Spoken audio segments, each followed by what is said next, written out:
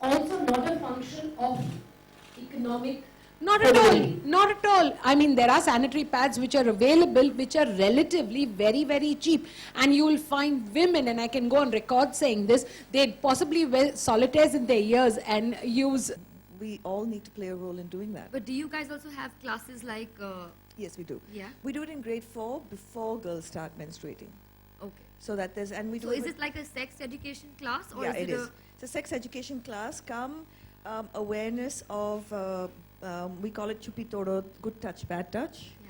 Yeah. Because a lot of boys and girls don't know good touch, bad touch. In fact, I was looking at something today which said the statistics are 1 out of every 6 boys is sexually molested in some form or the other, and 1 out of every 4 girls. And so you can imagine, and in urban, rural, both.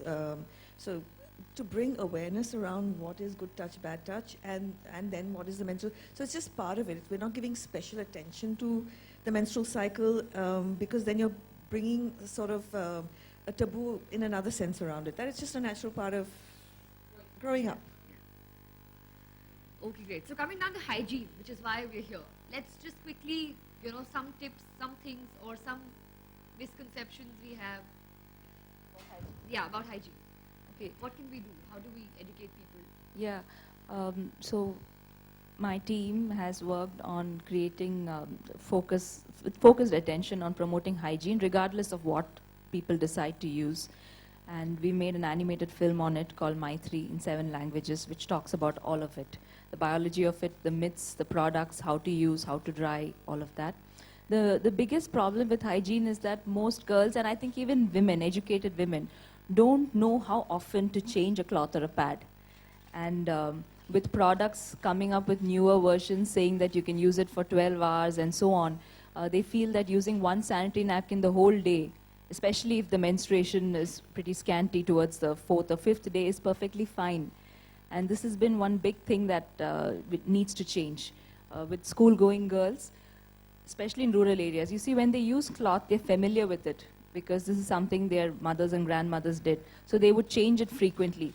But if they were suddenly given a product which they haven't been educated on how to use, they actually think it's got some magical powers and use it for much longer.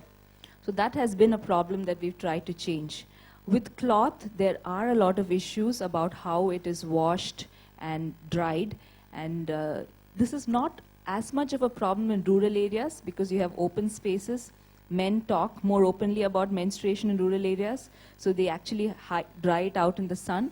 But in urban slums, this is a problem. Women who migrate from rural areas and they settle in urban slums, you don't have the necessary space for it. And you have a huge cultural conflict from the way it was treated in a village versus the way it is in an urban area.